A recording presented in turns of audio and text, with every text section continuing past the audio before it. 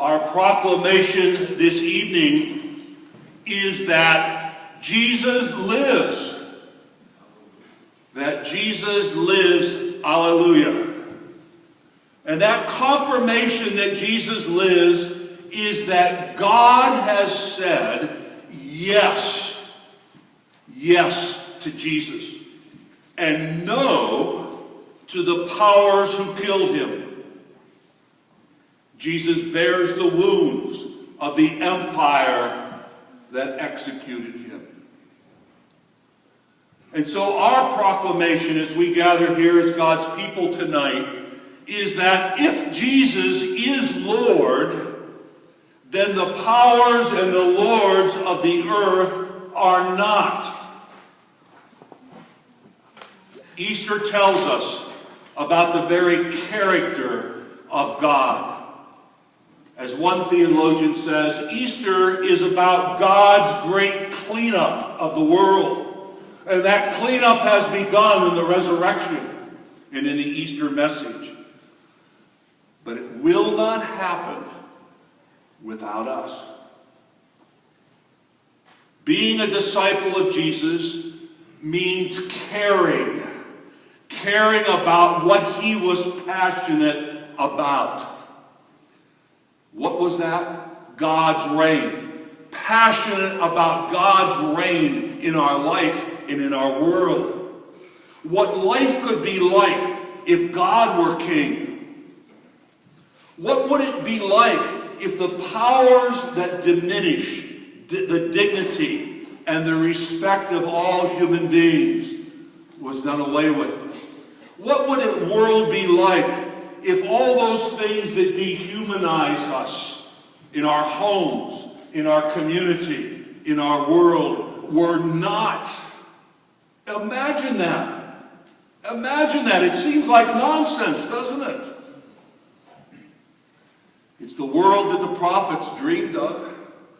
Everyone has enough, and the world is fair. A safe and a good place for everyone. It is a world that we dream of. Is it a world that you dream of? Is it a world that God dreams of? Yes, this is God's dream for this world.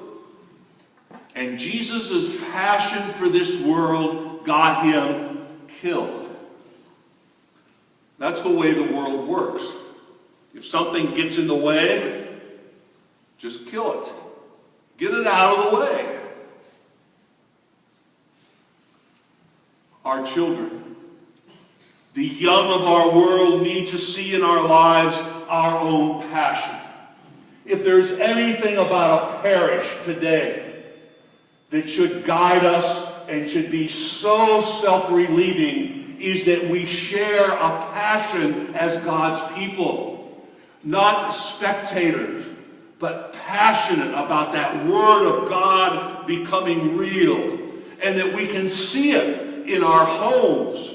That we can see it in our schools. That we can see it in our parishes. That we can see it in the community. And all of us together are proclaiming with that burning passion. That burning passion that Jesus is risen and that God has begun the great cleanup, and we have all been invited to participate in it. If we go back to our lives tomorrow, as if nothing has changed, what then have we really experienced? What do we really want from life? What do we really hope for? We have to decide where we stand. We have to do that personally. We have to do that as a church. We have to do that as a parish. Where do we stand in this world? Each and every day. What will we do and how will we live out this new life?